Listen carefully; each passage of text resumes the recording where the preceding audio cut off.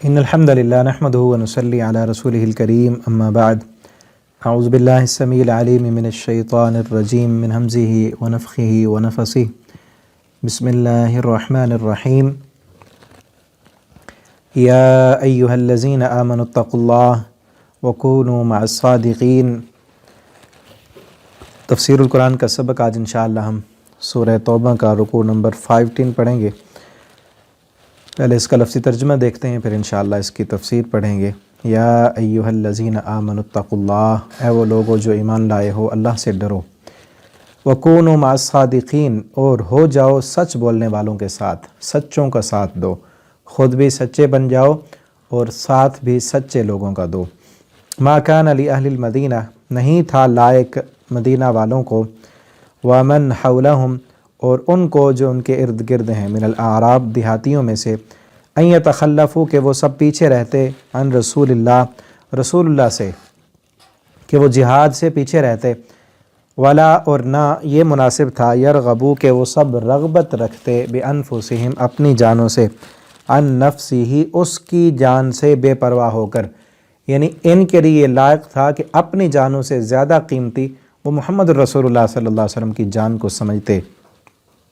ذالک، یہ، بأنہم، اس وجہ سے کہ بے شک وہ لوگ، لا یصیبہم، نہیں پہنچتی انہیں، ظمأ، کوئی پیاس، ولا نصب، اور نہ کوئی تھکاوٹ، ولا مخمصۃ، اور نہ کوئی بھوک، فی سبیل اللہ، اللہ کے راستے میں، ولا یطؤون، اور نہیں وہ سب طے کرتے، روندتے، موطئن، کسی روندنے کی جگہ کو، کسی بھی جگہ پر ان کے قدم لگتے ہیں، یغیظ الکفار، کہ وہ کافروں کو غصہ دلائیں، ولا ینالون، اور نہ وہ سب حاصل کرتے، یا نہیں وہ سب پہنچتے، من عدو، کسی دشمن کو،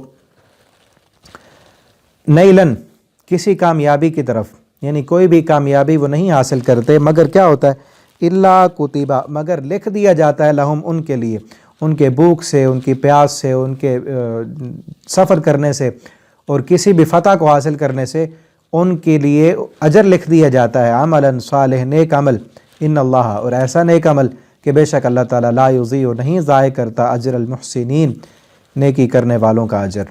ولا ینفقون، اور نہیں وہ سب خرچ کرتے، نفقتن، کوئی بھی خرچ، صغیرتن، چھوٹا، ولا کبیرتن، اور نہ بڑا، ولا یقطعون وادیا، اور نہیں وہ سب طے کرتے کسی وادی کو، الا کتب لہم، مگر لکھ دیا جاتا ہے ان کے لیے، لیجزیہم، تاکہ جزا دے انہیں اللہ، احسن ما عملوا، بہت اچھا بدلہ دے، بہت اچھی جزا دے جو وہ سب عمل کرتے تھے۔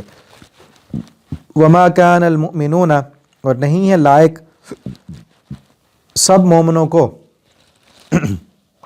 لینفروا، کہ وہ سب نکلیں جہاد کے لیے، کافتن، سب کے سب، فلولا، پس کیوں نہیں، نفر، نکلے، من کل فرقۃ، ہر گروہ سے، منہم، ان میں سے، طائفۃ، کچھ لوگ، لیتفقہوا، تاکہ وہ سب سمجھ حاصل کریں، فی الدین، دین میں، ولینذروا، اور تاکہ وہ سب ڈرائیں، قومہم، اپنی قوم کو، اذا رجعوا، جب وہ سب لوٹ کر جائیں ان کی طرف، الیہم، ان کی طرف، لعلہم یحذرون، تاکہ وہ سب ڈریں۔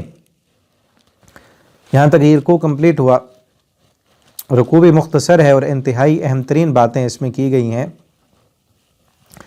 سب سے پہلی آیت جو ہے اس میں یہ ہے کہ اے ایمان والو، سچوں کا ساتھ دو، خود بھی سچے بنو، اللہ سے ڈرو، جھوٹ نہ بولا کرو، اور تم نے سچے لوگوں کا ساتھ دینا ہے، ان کے ساتھ کھڑے ہو جانا ہے۔ اس سے پچھلا سبق ہم نے جو پڑھا اس میں واقعہ تھا 3 صحابہ کرام کا جن کی توبہ قبول ہوئی، اور جن کی توبہ کی قبولیت کی وجہ سے، ان کے اس واقعے کی وجہ سے اس سورت کا نام بھی سورہ توبہ رکھا گیا ہے۔ ان کا واقعہ تفصیلاً ہم نے پڑھا۔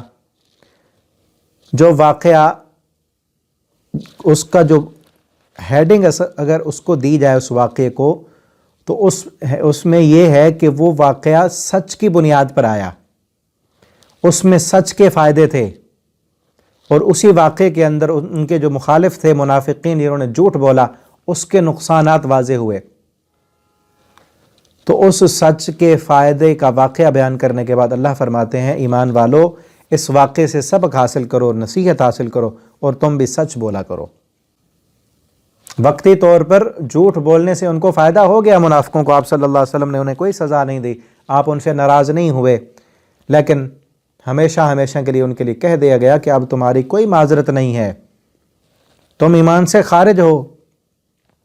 اور یہ لوگ جو 3 صحابہ جنہوں نے سچ بولا، ان کے لیے سچ کا فائدہ کیا ہوا کہ وقتی طور پر تو ان کو سزا مل گئی، لیکن ہمیشہ ہمیشہ کے لیے پھر ان کی توبہ اور ان کی مغفرت کا اعلان کر دیا گیا۔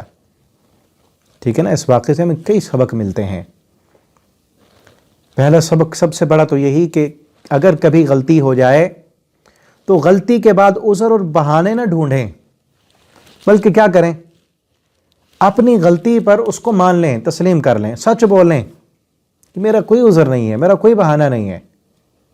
ٹھیک ہے نا، اکثر مسلمان جو ہے ہم کام کاج میں ادھر ادھر کی باتوں میں جھوٹ بول دیتے ہیں، اور جھوٹ تو اس قدر جو ہے رچ بس چکا ہے کہ اس جھوٹ بولتے ہوئے کو پھر جھوٹ اسے ہم سمجھتے ہی نہیں، جھوٹ بول دیا اور سمجھے نہیں کہ جھوٹ بولا ہے۔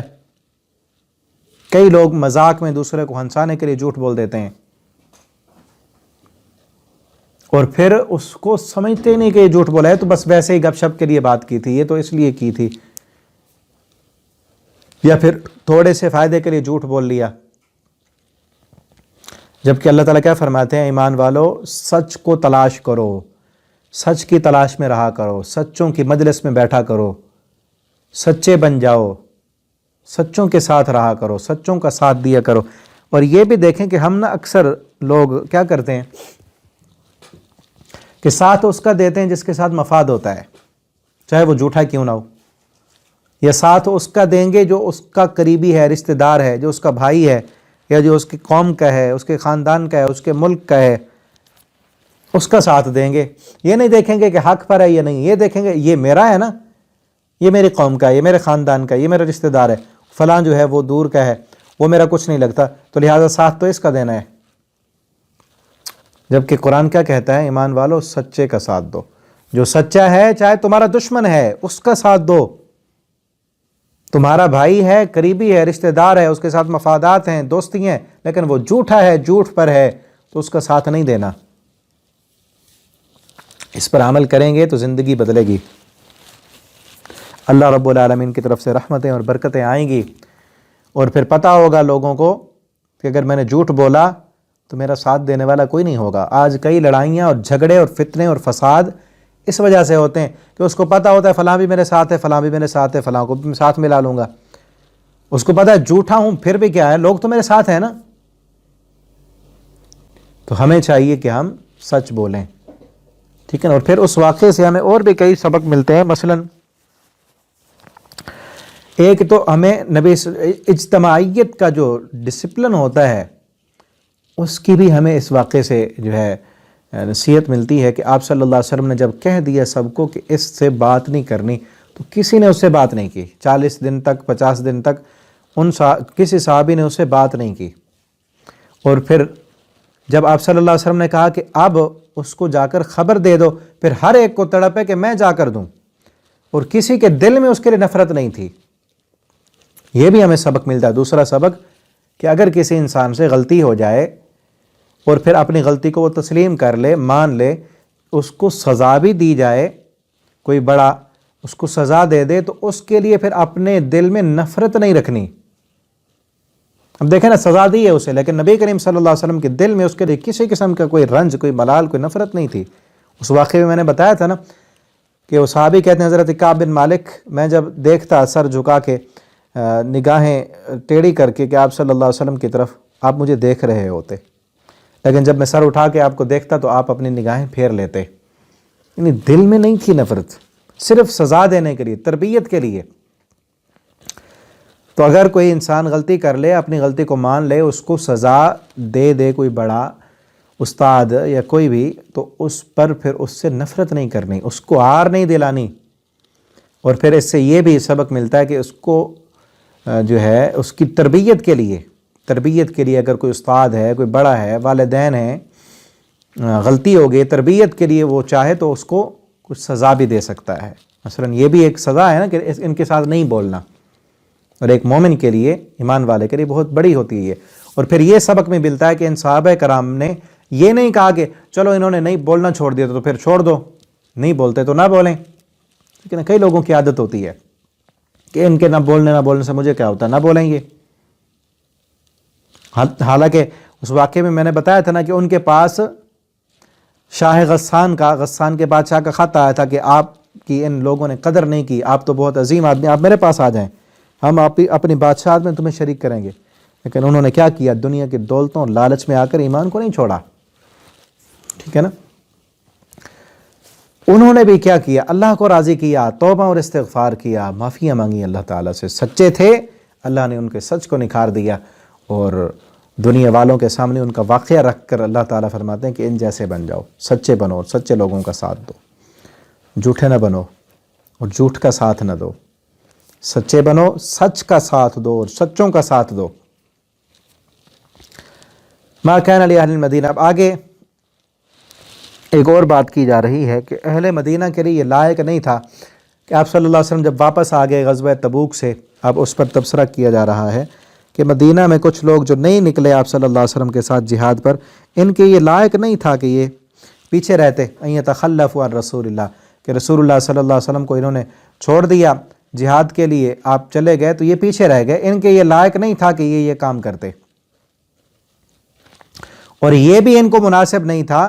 یرغبون بانفسہم، وہ اپنی جانوں کو عزیز سمجھتے کہ ان کو اپنی جانیں پیاری ہیں.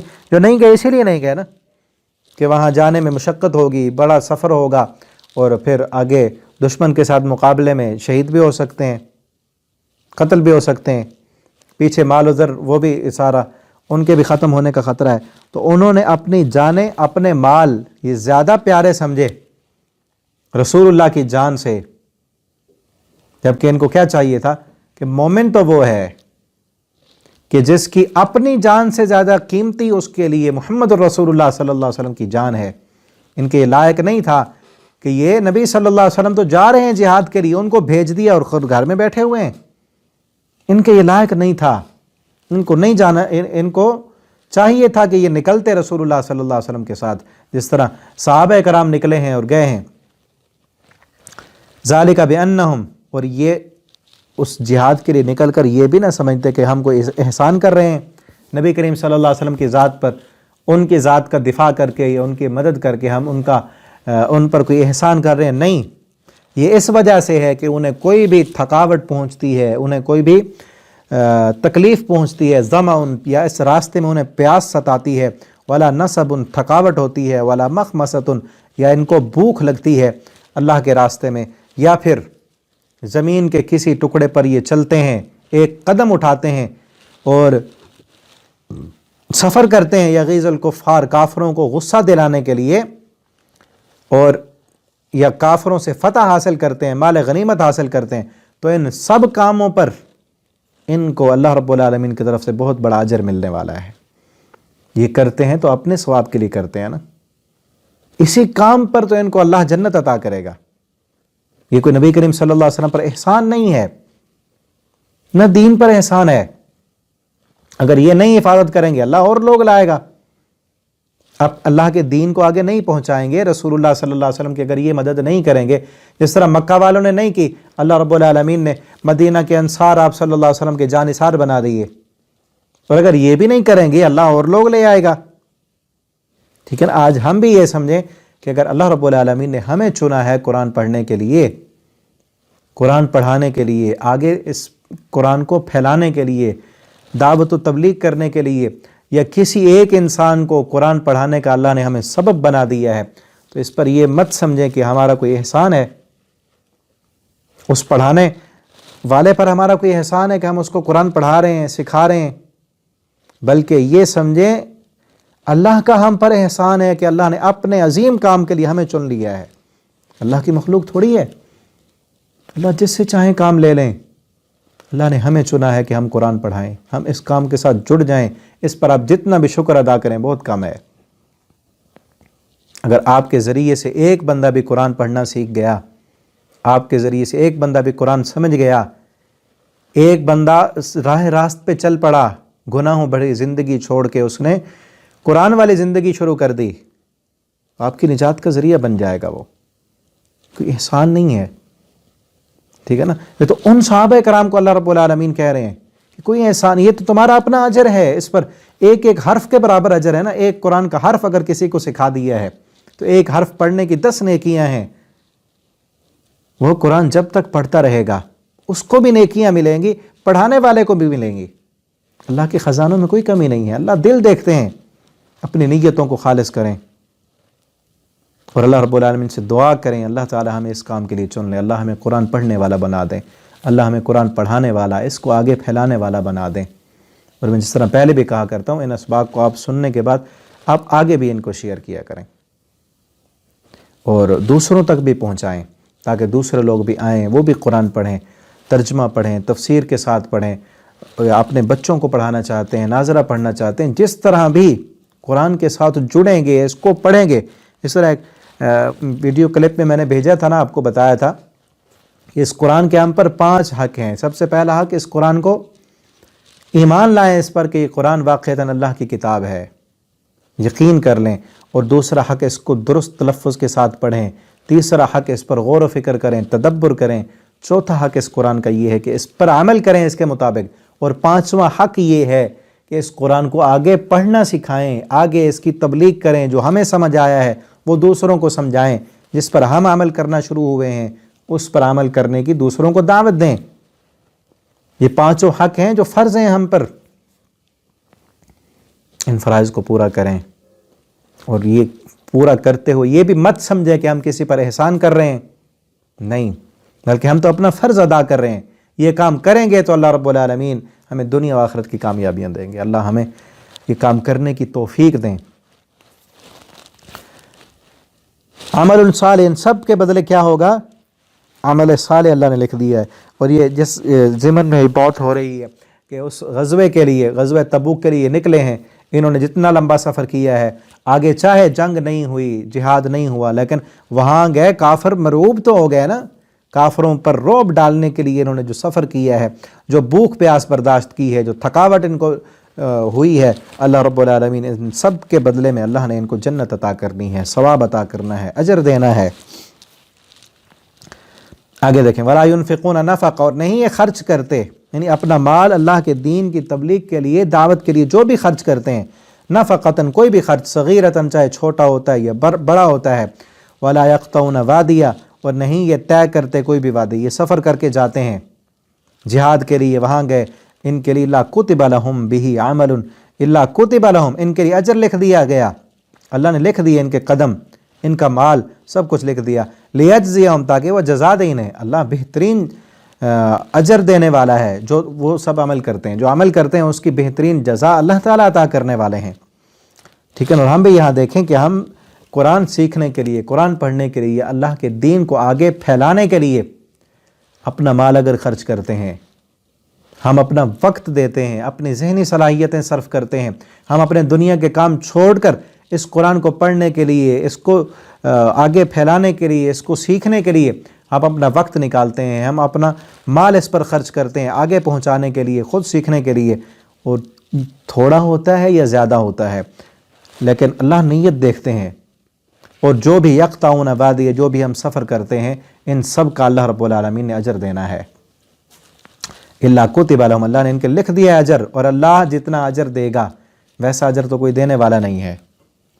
اب آگے دیکھیں، ما کان المؤمنون لینفروا کافہ، اس غزوے میں جس کا ذکر ہم نے پیچھے پڑھا ہے، غزوہ تبوک میں چونکہ فرض عین تھا، سب نے نکلنا تھا، لیکن بعد میں پھر جہاد جو ہے وہ فرض عین نہیں ہے، فرض کفایہ ہے کہ سارے نہ نکلیں، کچھ تو نکلیں نا.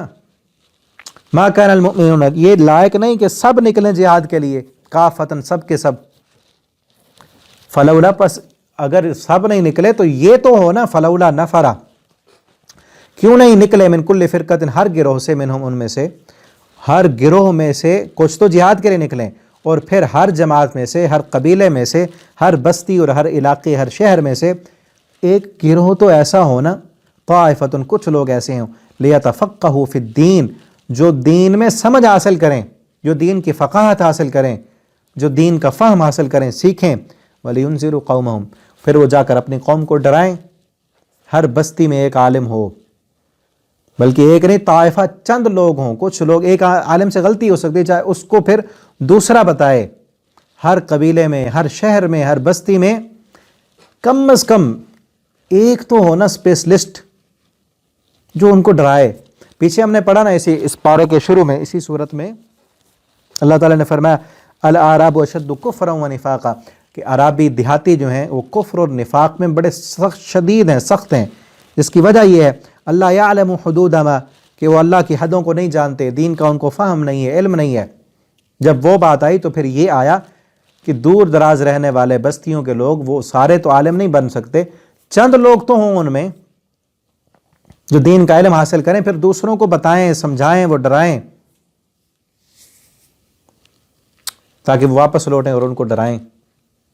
اب یہ دیکھیں نا، یہ ٹیم ورک ہے کہ سارے ایک کام کرنے کے لیے اللہ نے ہر انسان کو مختلف صلاحیتیں دی ہیں۔ کسی کو جسمانی قوت طاقت زیادہ دی ہے، کسی کو ذہنی صلاحیت زیادہ دی ہے، کسی کو حافظے کی قوت زیادہ عطا کی ہے، اور کسی کو کوئی اور صلاحیت دی ہے۔ جس طرح صلاحیتیں مختلف اللہ نے دی ہیں، اسی طرح کام بھی مختلف ہیں۔ ضروری نہیں کہ ایک کام سارے کریں۔ ایک بندے کو اللہ نے جسمانی قوت طاقت عطا کی ہے، وہ اس میں جہاد کرے اپنی جسم۔ اب دیکھیں نا، صحابہ کرام کو دیکھیں، ہمارے لیے بہترین نمونہ وہ ہیں۔ حضرت خالد ابن ولید کو دیکھیں کہ جن کو سیف من سیوف اللہ کا لقب دیا رسول اللہ صلی اللہ علیہ وسلم نے، اور آپ صلی اللہ علیہ وسلم نے ان کے لیے دعا کی، اور آپ نے فرمایا یہ اللہ کی طرف سے تلوار ہے، اللہ کی تلواروں میں سے ایک تلوار ہے جسے اللہ نے کافروں پر مسلط کیا ہے۔ انہوں نے کتنی جنگیں لڑیں، کتنے جہاد کیے، کتنے زمینیں فتح کی۔ یہ ایک میدان ہے جہاد کا، اور نام ہے ان کا اس میدان میں، لیکن ایک میدان اور ہے۔ اللہ نے حضرت خالد بن ولید کو جسمانی قوت طاقت عطا کی تھی، اور کمانڈر تھے، سپہ سالار تھے، اور اس جنگی مہارتوں میں ان کو بڑا جو ہے عبور حاصل تھا جنگی چالوں میں۔ لیکن ایک اور میدان ہے علم کا، سیکھنے کا، دین کا فہم حاصل کرنے کا، سمجھ بوجھ حاصل کرنے کا۔ اس میں حضرت ابو ہریرہ رضی اللہ تعالیٰ عنہ ہیں۔ حضرت ابو ہریرہ 5000 سے زیادہ حدیثیں روایت کرنے والے ہیں، 5000 سے بھی اوپر ہیں۔ لیکن حضرت خالد ابن ولید، ان کی 100 روایتیں بھی نہیں ہیں، 100 بھی نہیں ہیں۔ ان کا الگ میدان ہے، ان کا اپنا مقام ہے، ان کا اپنا مقام ہے۔ وہ اس میدان میں نام لے گئے، یہ اس میدان میں نام لے گئے۔ ہمیں بھی چاہیے کہ ہم بھی اسی طرح، یہ تو 2 مثالیں میں نے دی نا، اسی طرح ہر صحابی کا اپنا ہے۔ جس کو اللہ نے جو صلاحیت دی، اس نے اسی صلاحیت کو استعمال کیا، اسی میدان میں اپنے آپ کو لگایا۔ اور یہ جب سب ملتے ہیں تو پھر کام ہوتا ہے، ٹیم ورک پھر ہوتا ہے کہ سارے ملیں، جو انسان جو کر سکتا ہے وہی کرے، ٹھیک ہے نا؟ اور دوسرے کو وہ نہ کہے کہ جو میں کر رہا ہوں وہ اس نے کیوں نہیں کیا، نہیں، بلکہ اس کا اپنا مقام ہے۔ جس طرح ہوتا ہے نا، مکان ہم بناتے ہیں، دیوار بناتے ہیں، اس دیوار میں چھوٹی بڑی اینٹیں سب لگتی ہیں تو پھر ایک دیوار بنتی ہے۔ یہ نہیں کہ اگر چھوٹی اینٹیں ان کو نکال دیں، یہ تو ٹوٹی ہوئی ہیں، یہ چھوٹی ہیں، یہ کیا ہے، اس کو باہر کر دیں، پھر دیوار بنے گی ہی نہیں، ٹھیک ہے نا؟ ہر کسی کا اپنا اپنا ایک مقام ہے، اس کے مطابق جب سارے انسان اس کی حیثیت بھی سمجھیں، اس کے مطابق جب کام کیا جاتا ہے تو پھر کام ہوتا ہے۔ وہی کہا اللہ نے کہ سارے انسان اگر سارے ہی اب دین سیکھنے اور سمجھنے لگ جائیں، دین کا فہم حاصل کرنے لگ جائیں، تو جہاد کے لیے پھر کون نکلے گا؟ پھر باقی کام دنیا کے کون کرے گا؟ کچھ جہاد کے لیے نکلیں۔ اب اس جہاد کے لیے اسلحے کی بھی ضرورت ہے، اور ان مجاہدین کے لیے راشن کی بھی ضرورت ہے۔ اب دوسرے کچھ تجارت کریں، کاروبار کریں، اور کچھ جو ہے وہ دین کا فہم حاصل کریں۔ جو دین کا فہم حاصل کر کے آئیں گے وہ جو ہے اب ان پر بھی خرچ کریں۔ جو دین کا فہم حاصل کرنے والے ہیں وہ بھی ان کا فرض ادا کر رہے ہیں، ان پر بھی خرچ کریں۔ جس طرح نبی کریم صلی اللہ علیہ وسلم کے ایک صحابی آئے، آپ صلی اللہ علیہ وسلم کو آ کر شکایت کی۔ اب اسی آیت کے مطابق وہ عمل کر رہے تھے۔ 2 بھائی تھے، ایک بھائی جو تھا وہ نبی کریم صلی اللہ علیہ وسلم کی مجلس میں آ کر آپ سے حدیثیں پڑھتا، سیکھتا، دین کا فہم حاصل کرتا، اور دوسرا اس کا بھائی وہ تجارت کرتا، وہ کماتا۔ اب گھر میں اکٹھے تھے دونوں۔ اب جو سیکھنے کے لیے آتا وہ تجارت تو نہیں کرتا تھا، وہ کماتا نہیں تھا، جو تجارت کیا کرتا تھا وہ اپنا مال اس پر بھی خرچ کرتا تھا۔ نبی صلی اللہ علیہ وسلم کے پاس آئے، جب جو تاجر تھا، کمانے والا، محنت مزدوری کرتا ہے، جو بھی کام کرتا تھا، وہ کہتا اللہ کے پیغمبر کماتا میں ہوں، یہ کوئی کام بھی نہیں کرتا اور اس کا خرچہ بھی بوجھ میں نے اٹھایا ہوا ہے۔ آپ صلی اللہ علیہ وسلم نے فرمایا تو نہیں جانتا، لعل اللہ، شاید کہ اللہ رب العالمین تیرے اس بھائی کی وجہ سے تجھے رزق عطا کرتے ہوں، ٹھیک ہے نا، شاید اسی کی وجہ سے اللہ تجھے رزق عطا کرتے ہوں، کیونکہ یہ وہ کام کر رہا ہے جس کام کی ذمہ داری اللہ رب العالمین نے تجھ پر بھی لگائی ہے، اگر یہ نہیں کرے گا تو پھر تو سب کو کرنا ہے، ٹھیک ہے نا۔ تو یہاں ہمیں بھی چاہیے کہ ہم خود بھی سیکھیں اور جو یہ کام کرنے والے ہیں آگے، جیسے ابھی میں نے بتایا نا قرآن کے 5 حقوق ہیں ہم پر، جو آخری حق ہے دین کو پھیلانا، پہنچانا، اگر ہم خود سارے کام ہم نہیں کر سکتے تو جو لوگ اس پر نکلے ہوئے ہیں یا کچھ لوگوں کو ہم اکٹھا کر کے ان کو اس کام کے لیے مختص کر دیں، ٹھیک ہے، اور پھر ان کے لیے ان کی ضروریات کا ہم خیال رکھیں، اور ہر بندے کی اہمیت اپنی جگہ اور اپنے مقام پر ہونی چاہیے، ٹھیک ہے۔ اکیلے مل کر اکیلا بندہ سارے کام نہیں کر سکتا۔ اب یہی کام ہے، اب دیکھیں ہم پڑھ رہے ہیں، یہ کورس ہم نے شروع کیا، الحمدللہ ہم نے 10 پارے کمپلیٹ کر لیے اور ابھی ہماری سورۃ توبہ بھی ختم ہونے والی ہے، 1 رکوع آگے ہے، اور اللہ تعالیٰ سے دعا اللہ رب العالمین ہمیں اس کو مکمل کرنے کی توفیق دیں، بہتر سے بہتر انداز میں اللہ ہمیں اس قرآن کو سمجھنے کی، اس کو پڑھنے کی، اس کو پڑھانے کی، اور اللہ ہم سب کو اس پر عمل کرنے کی توفیق دیں۔ اب یہی کام اکیلا بندہ تو نہیں کر سکتا نا۔ اب اسی کو دیکھیں، میں سبق ریکارڈ کر رہا ہوں، اب اس سبق ریکارڈ کرنے سے پہلے اگر ایسے تو نہیں میں بیٹھ گیا نا، پڑھا ہے پہلے تو 8 سال جامع میں پڑھا، اساتذہ کے پاس بیٹھ کر تفسیر پڑھی، اب وہ کب کی پڑھی ہوئی ہے، وہ بھی کئی باتیں ذہن میں آ جاتی ہیں، لیکن اس کو ریکارڈ کرنے سے پہلے خود بھی مطالعہ کیا ہے، پڑھا ہے، تفاسیر کو دیکھا ہے، اور ہر سبق کے پہلے یہی ہوتا ہے، اور پھر اس سبق کے بعد اور بھی کرنا ہے۔ اب اس سبق کے لیے اور بھی ساتھی ہیں ہمارے ساتھ، جو سب مل کر کرتے ہیں تو آپ تک یہ پیغام پہنچتا ہے، ٹھیک ہے نا۔ میں نے اس سبق کو جو ہے ریکارڈ کر دینا ہے، بس ایک اور ساتھی ہیں ہمارے مخلص، اللہ تعالیٰ ان کو جزائے خیر دیں، وہ شفیق صاحب ہیں، وہ پھر ان کو یوٹیوب پر اپلوڈ کرتے ہیں، اس کی ایڈٹ وغیرہ بھی کرتے ہیں، کچھ وہ پھر گروپس میں بھی شیئر کرتے ہیں، اور کچھ آپ ساتھی جو ہے یوٹیوب پر پڑھتے ہیں، کچھ فیس بک پر پڑھتے ہیں، کچھ سناتے بھی ہیں، اور پھر اس کے بعد ہم نے گروپ بنائے ہوئے ہیں خواتین کے، اس میں بھی جو ہے ہمارے احمد شاہین بھائی ہیں، وہ اس میں بھیجتے ہیں، اور دوسری ہماری خالہ ام داؤد صاحبہ ہیں، وہ بھی ماشاءاللہ، اور دو گروپ اور بنے ہوئے ہیں، 3-4 گروپس میں جو ہے اب خواتین کے لیے وہ پڑھ رہے ہیں مختلف جگہوں پر، کچھ نے 3-4 پارے پڑھ لیے، کچھ نے 5-7 پڑھ لیے ہیں، کچھ ابھی سے سٹارٹ کر رہے ہیں، ٹھیک ہے نا۔ تو وہ بھیجتی ہیں، سسٹر امبارہ ہیں، وہ بھی کچھ اس میں اپنا حصہ شامل کرتی ہیں۔ تو اس طرح سارے کچھ جو لوگ ملتے ہیں، یعنی جو بندہ جو کام کر سکتا ہے وہ کر رہا ہے، ٹھیک ہے نا۔ تو اس کے لیے جتنا بھی جو اپنی محنت اور اپنا وقت، اپنی صلاحیت جو بھی کر رہا ہے اللہ کی رضا کے لیے، اللہ نے ضرور بدلہ دینا ہے ان کا، ٹھیک ہے نا۔ تو یہ سب ملتے ہیں تو پھر ہم کام کر سکتے ہیں۔ تو اس لیے اور بھی اگر کوئی ساتھی ہیں جو اس میں اپنا حصہ شامل کرنا چاہتے ہیں، کوئی بھی وہ کام کرنا چاہتے ہیں، اس کو آگے پہنچائیں، اور بھی زیادہ کچھ نہیں کر سکتے آپ، اتنا تو آپ کر سکتے ہیں، آپ موبائل پر ہی دیکھ رہے ہیں، اس کو پڑھ رہے ہیں سبق کو، اس کو آپ اپنے واٹس ایپ گروپس میں بھیجیں، آپ فیس بک پر آپ اس کو شیئر کریں، دوسروں تک پہنچائیں اس پیغام کو، یا کوئی بھی آپ کا جاننے والا، آپ کا دوست ہے، آپ اس کے ساتھ اٹھتے بیٹھتے ہیں، آپ کوئی بھی ہے، تو وہ اس قرآن کو پڑھنا چاہتا ہے یا نہیں وہ چاہتا، کوئی بات ہی نہیں، آپ اس کو ویسے ہی کہہ دیں بھئی آپ کے پاس ٹائم ہے، یہ موبائل ہے آپ کے پاس، ہر بندے کے پاس موبائل ہے، آپ اس کو اچھا استعمال کریں، بجائے اس کے کہ ہم ادھر ادھر کے فضول باتیں، ویڈیوز اور ادھر ادھر کی چیزیں ہم دیکھتے رہیں، اور فضول گپوں میں لگے ہوئے ہیں لوگ، گیموں میں لگے ہوئے ہیں، کارٹون میں لگے ہوئے ہیں۔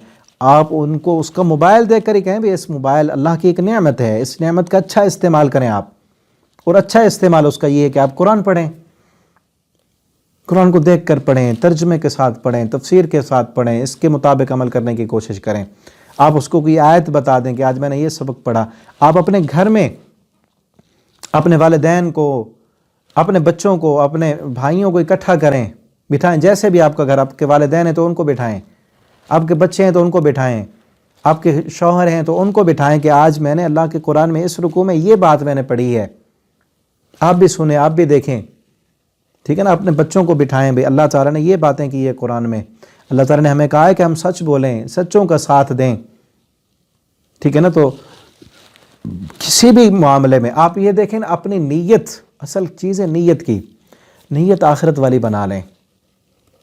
چاہے کام جتنا بھی چھوٹے سے چھوٹا کیوں نہ ہو، یہ دیکھیں کہ یہ کام اللہ کو راضی کرنے والا ہے تو وہ کریں. اور ہر کام کرنے سے پہلے یہ نیت کر لیں کہ یہ کام میں جو کر رہا ہوں یہ اللہ کو راضی کرنے والا ہے یا ناراض کرنے والا ہے. اس کام کا ہمیں دنیا میں کیا فائدہ ہے، آخرت میں کیا فائدہ ہے. اگر ہم یہ بات بھی یاد رکھیں، ہم نہیں کریں گے تو رکے گا تو نہیں نا کام. اگر ہم نہیں کریں گے تو کیا کوئی نہیں کرے گا؟ 1400 سال ہو گئے اس قرآن کو ہم تک ویسا کہ ویسا پہنچا ہے نا. اور یہ اللہ کی ذمہ داری، اللہ نے آگے بھی پہنچانا ہے اور اپنے بندوں کے ذریعے سے ہی پہنچانا ہے. ہم نہیں پہنچائیں گے تو کوئی اور پہنچائے گا. اس پر شکر ادا کریں نا، اللہ نے ہمیں چنا ہے.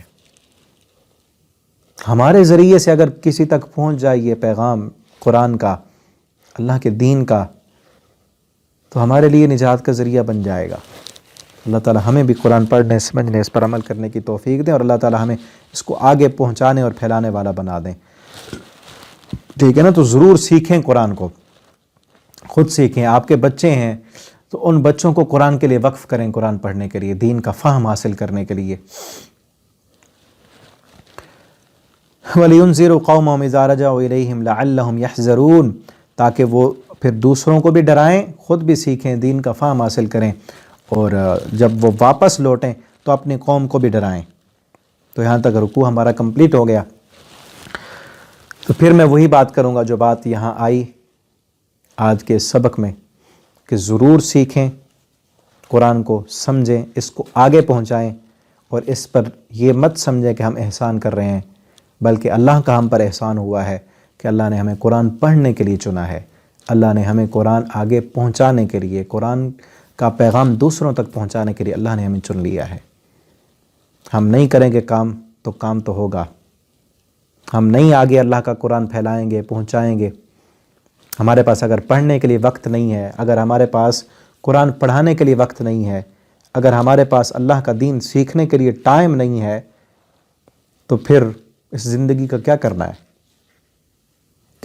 کس لیے پھر جیے تھے؟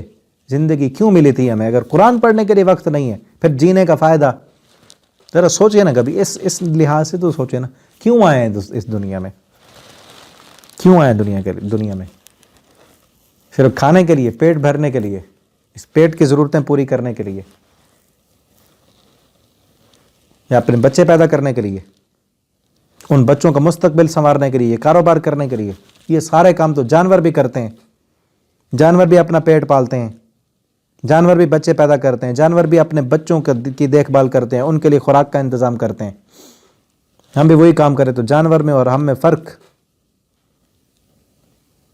تو یہ مقصد کا ہے نا، کہ ہمارا مقصد اونچا ہے. ہم اس دنیا میں دنیا کے لیے نہیں آئے، ہم اس دنیا میں اپنی اگلی دنیا سنوارنے کے لیے آئے ہیں. ہم اس دنیا میں، زندگی میں اپنے اللہ کو راضی کرنے کے لیے آئے ہیں، اور اس کے راضی ہونے کا طریقہ اللہ نے قرآن میں دیا ہے. اور یہ بات میں پہلے بھی کئی دفعہ کر چکا ہوں. جس طرح دنیا کا کوئی انسان اپنی کوئی پروڈکٹ بناتا ہے تو اس کے ساتھ وہ گائیڈ بک دیتا ہے کہ یہ میری یہ پروڈکٹ کیسے چلے گی، اس کو چلانے کے لیے یہ ہے، اس کو پڑھو گے، دیکھو گے، اس کے مطابق چلاؤ گے تو ٹھیک چلے گی. اور اللہ نے ہمیں بنا کر یہ قرآن دیا ہے، یہ پوری کائنات بنا کر، اور اس پوری کائنات میں انسان کو اشرف المخلوقات بنا کر، پوری کائنات کو اس کا غلام بنا کر اللہ نے یہ قرآن دیا ہے. یہ پوری کائنات انسان کی خدمت میں لگی ہوئی ہے. یہ ایسے تھوڑی سارا کام چل رہا ہے، کوئی مقصد ہے. افحسبتم انما خلقناکم عبثا وانکم الینا لا ترجعون. اللہ فرماتے ہیں تم نے کیا سمجھا ہے زمین و آسمان، یہ سورج چاند، یہ سارا نظام ایسے بنایا بیکار میں؟